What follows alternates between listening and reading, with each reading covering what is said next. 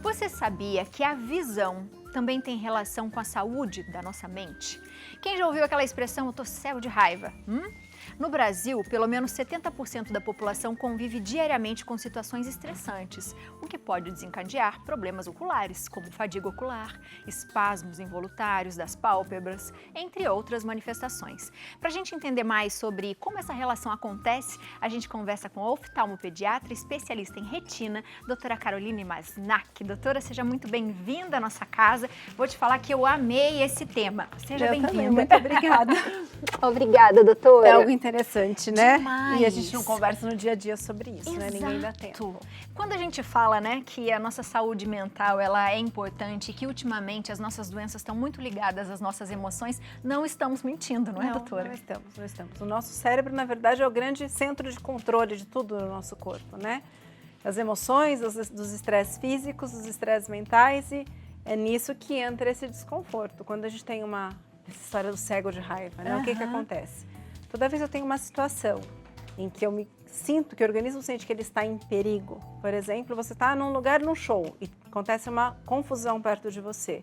Ou você está num lugar que começa a explodir alguma coisa, ou até você percebe que vai sofrer um acidente de carro. O que acontece? O nosso corpo, ele entende que ele precisa se defender ou fugir. Alguma das duas reações. Então, ele se prepara para isso. Existe uma descarga adrenérgica, que a gente chama aqui, uma série de neurotransmissores. Os neurotransmissores são os comunicadores do nosso cérebro. Lembra daquele desenho lá das emoções? A raiva, a tristeza? É mais ou menos isso. É como se aqueles fossem os transmissores de informação. Então, eu ativo lá a informação de que eu preciso reagir àquela situação. Então, se é uma situação que eu preciso fugir, o que acontece? Primeira coisa, o coração dispara, precisa de taquicardia. Ele leva sangue extra para os nossos músculos, faz uma vasodilatação, por isso que a gente fica vermelho. Quando isso acontece, o organismo avisa lá para o pâncreas, olha, eu vou precisar fugir. Então, separa a formação de insulina para aumentar o açúcar disponível no sangue. E o cortisol também faz isso. Então, eu aumento a disponibilidade de energia para se eu precisar correr ou bater, né? Quando tudo isso acontece, os meus sentidos também se abrem. Então, a minha audição fica melhor, a minha visão fica melhor. Mas não melhor em termos de foco. Ela amplia o nosso campo de visão, fazendo com que a pupila dilate. Então, que a gente perceba melhor os estímulos periféricos, para que a gente possa lutar ou fugir. Então, você vê como é uma máquina, como aquilo está interligado. Que perfeição, né? É um balanço finíssimo. E aí é como se os nossos olhos estivessem atentos a tudo que está acontecendo, mas ele não tem um hiperfoco, porque ele fica meio... Exatamente, ele abre o campo. Você não precisa ter um foco pontual, eu preciso ter noção do ambiente, do que está acontecendo ao redor de mim. E é dessa maneira que a gente consegue ter as reações mais rápidas. Tanto que quando a gente tem essas descargas adrenérgicas, a nossa força aumenta, a nossa tolerância à dor aumenta também. Você já viu aquelas histórias das mães que viram um filho ser preso, encontram um carro e arrumaram forças para, às vezes, deslocar um carro que é milhões de vezes mais pesado que ela? Isso é a descarga adrenérgica. Essa é a descarga. Então, é a história do eu preciso proteger ou eu preciso fugir. Uma das duas maneiras eu tenho que fazer. E na mãe isso é claramente de defesa, né? Defesa da prole. Então, doutora, e quando que isso acontece e começa a nos prejudicar? Porque isso é uma situação. Sim. E provavelmente vai depois voltar, os sentidos vão voltando. Exatamente. Mas a gente até tem um meme na internet que as pessoas falam assim, tá tudo bem? Ah, tá tudo bem. Né? Você tá pensando, tá ótimo. Né? E a gente sabe que as pessoas às vezes têm uns espasmos, eles falam assim, nossa, eu acordei hoje, meu olho tá tremendo. Sim. Isso é estresse? Até quando isso é benéfico ou não? Então, assim, essa resposta de estresse, quando ela é aguda e prepara a gente para uma coisa rápida, ela vem e volta, a gente com aquela sensação de cansaço, depois dormiu, acabou. Quando eu tenho estresse diários, então isso é o nosso dia a dia, conta pagando, né? Eu estou doente, preciso faltar a conta da risada na sua cara, que você não pode faltar, porque você precisa, né, pagar. Isso tem todos esses traumas do dia a dia, isso começa a ser uma resposta contínua. Então, a sensação de cansaço aumenta, a tensão muscular aumenta, eu estou sempre preparado para a batalha. Quando eu tenho esse pico do cortisol, que aumenta a nossa glicemia, ele aumenta também a retenção de líquido, então ele aumenta a nossa pressão arterial.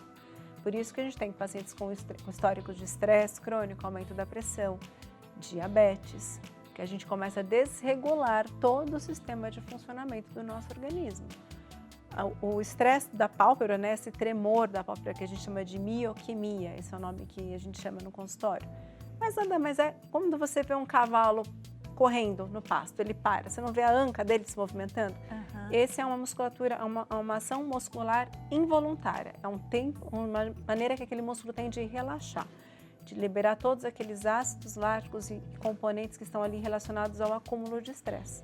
Acontece o quê? Quando eu estou estressado, eu estou com o rosto o tempo todo contraído.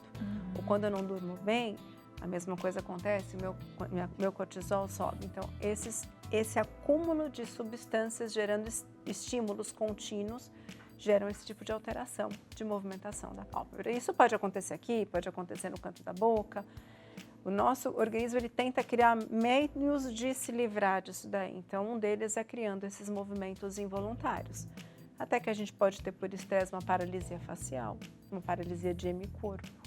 Existe uma coisa, não sei se você já ouviu falar de cegueira histérica. O que é cegueira histérica, doutora? Na Segunda Guerra Mundial, a gente teve muitos casos de cegueira histérica. É uma desconexão entre o que está acontecendo na realidade, a parte estrutural e a parte psíquica. Principalmente as pessoas, os soldados que tiveram combate corpo a corpo, eles, após saírem de lá, perderam a visão, sem nenhuma estrutura física ter sido danificada. Então, ele simplesmente parou de enxergar porque o organismo entendeu que ele precisava desligar aquilo ali de tanta coisa ruim que ele veio. E isso acontece também com crianças vítimas de abuso. Graças a Deus não é comum, mas existe esse mecanismo de defesa. Da mesma maneira que tem gente que tem amnésia, esquece o que aconteceu quando passa por um estresse muito grande, é um jeito do cérebro se preservar. Ele está ali para evitar que aquilo aconteça de novo, que ele tenha contato com aquele estímulo tão ruim. Então ele bloqueia e da mesma maneira acontece o bloqueio visual. Doutora, e é possível, pelo exame dos olhos, a gente descobrir doenças também ou não? Sim. Aquela historinha do olho ser o espelho da alma, não é isso? Eu entendo que falaram isso porque ele é um jeito que a gente tem de olhar dentro do nosso corpo. Então, existem hoje estudos mostrando que a medida da espessura de algumas camadas da retina podem estar associadas ao diagnóstico precoce de Alzheimer, a alterações do Parkinson. E alguns estudos são novos, a gente não tem dados robustos, mas falando inclusive sobre risco de demência senil e de autismo em crianças. Tudo pelos olhos. Tudo pelos olhos. Diabetes, hipertensão, a gente consegue muitas vezes diagnosticar pelo fundo do olho antes do paciente ter o quadro clínico que ele faça o diagnóstico.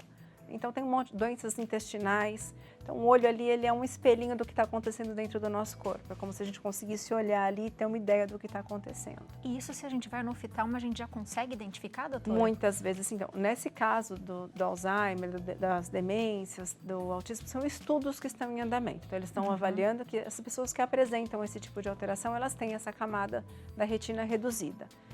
Não quer dizer que se você tem reduzida vai ter a doença, tá? Então tem muitas características pessoais, mas as alterações que a gente consegue perceber no mapeamento de retina, por exemplo, manchinhas que a gente vê lá no fundo do olho que podem dizer que a gente tem uma doença intestinal que é familiar, que é a polipose, alterações do diabetes, pequenos sangramentos, alterações de circulação, fechamentos vasculares relacionados à hipertensão arterial, tudo isso a gente consegue ver pelos olhos. Uau! E quando a gente fala das emoções, então pessoas ansiosas, estressadas, elas correm riscos de ter problemas oculares.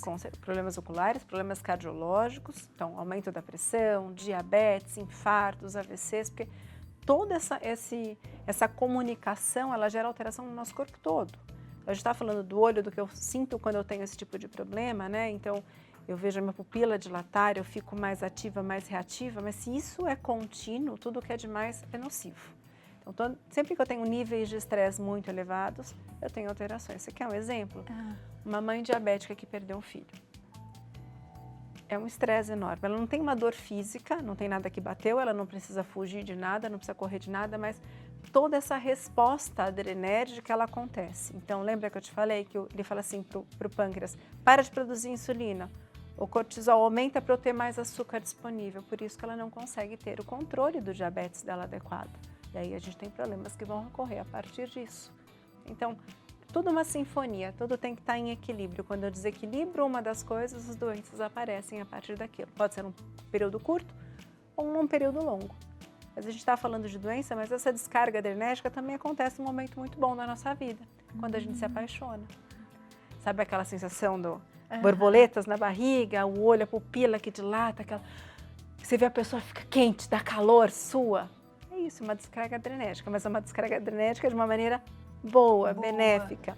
Eu estou me ruborizando, eu estou chamando a atenção de quem tá, de quem eu estou afim, né? De quem eu estou querendo chamar a atenção. É exatamente isso que acontece. Então é necessário a gente ficar atento, por exemplo, com esses espasmos. Quando a gente vê aqueles pontinhos também, cinza, meio pretinho também. Esses pontinhos, eles não estão tão relacionados ao estresse, e sim a alterações que acontecem dentro do nosso olho. Podem estar relacionados ao diabetes, da mesma maneira que podem estar relacionados a inflamações oculares, a rasgaduras da retina, a sangramentos. Então, pontinhos que apareceram de repente na nossa visão são sinais de alerta. É assim, olha, preciso ir no oftalmologista, e não é para marcar a consulta dali um mês, é agora, tá? Porque se tiver alguma coisa acontecendo ali, se a gente perceber cedo, a gente consegue tratar a inflamação, ou tratar aquela rasgadura da retina, ou descobrir por que houve aquele sangramento dentro do olho. Se a gente deixa passar, às vezes aquele pequena rasgadura que a gente podia fazer um laser no consultório e resolver o problema, vira um descolamento de retina. E aí eu tenho uma perda de visão que infelizmente não é totalmente corrigível com cirurgia. Então, são sinais precoces. Perguntinha, vamos lá. Temos uma perguntinha no Instagram. Ó, pode mandar pergunta pelo Instagram, pelo WhatsApp, tá bom? Fiquem à vontade. É a Célia Luísa. Tô assistindo aqui e quando do nada o olho amanheceu inchado. Ô Célia, vamos ver com a doutora por que será que o olho amanheceu inchado. Célia, tudo bem? Então, olha, o inchaço no olho pode ser por várias coisas. O mais comum é a alergia, né? Normalmente o olho inchado associado a coceira, isso normalmente é de um lado só. Nesse tempo de seca que a gente está, não sei aonde você está, mas aqui em São Paulo nós estamos num período de seca muito importante. Isso pode gerar uma inflamação da pálpebra, que chama blefarite. Então, as glândulas que produzem óleo na nossa pálpebra, elas ficam com aquele óleo muito grosso e não conseguem sair. Aquele óleo não consegue sair. Então, acumula-se na pálpebra e a gente tem esse tipo de inchaço. Então, normalmente uma limpezinha com água morna, um shampoozinho de bebê ajuda a melhorar. Se está tendo secreção, olho vermelho junto, procura o oftalmologista para poder saber o que está acontecendo e te tratar direitinho do jeito que tem que ser feito. Doutora, quando a gente percebe que isso está acontecendo, né, com o nosso corpo, com a nossa visão, o que a gente pode fazer para evitar ou pelo menos para que isso passe mais rápido? Hoje a gente tem mão de um monte de coisas, né? Desde as terapias convencionais, com psiquiatra, tomar medicação, tem as psicoterapias, tem psicóloga, tem acupuntura, tem relaxamento, tem yoga, a gente tem um monte de coisas que a gente pode fazer.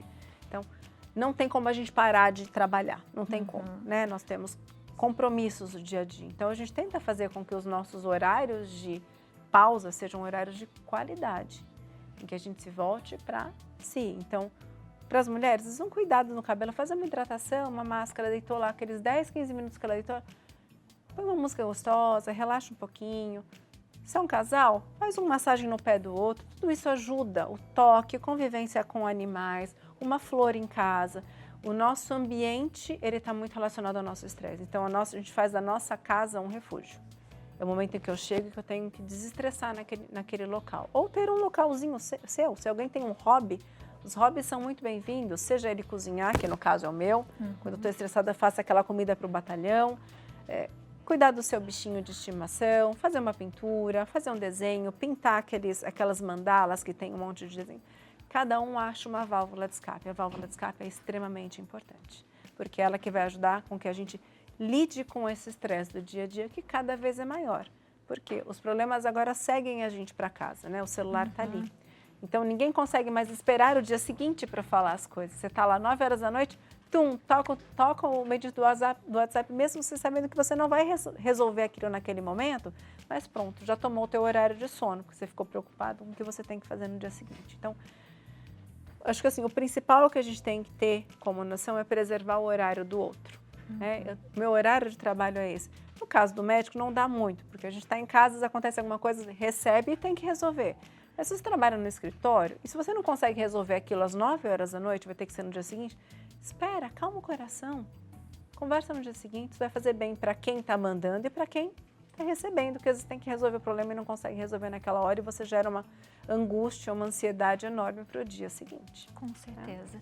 Doutora, muito obrigada. Eu que Lembrando sempre, agradeço. né, que você está falando do tempo aqui, para a gente dormir bem, que isso também vai fazer toda a diferença. Importantíssimo, dormir é o segredo. E como a gente, toda vez que eu venho aqui eu falo, reduz a tela na hora de dormir, tá, Por gente? favor. Porque vai ajudar a dormir, porque produz a melatonina. Que isso também está causando muitos problemas, Muitos. alterações, né, nos nossos olhos. Com certeza. Obrigada, doutora, Eu que mais uma agradeço. vez, viu? Você de casa aproveita para seguir a doutora @Caroline Masnak, que está aparecendo para você aí. E o telefone é o 12 3211 9010.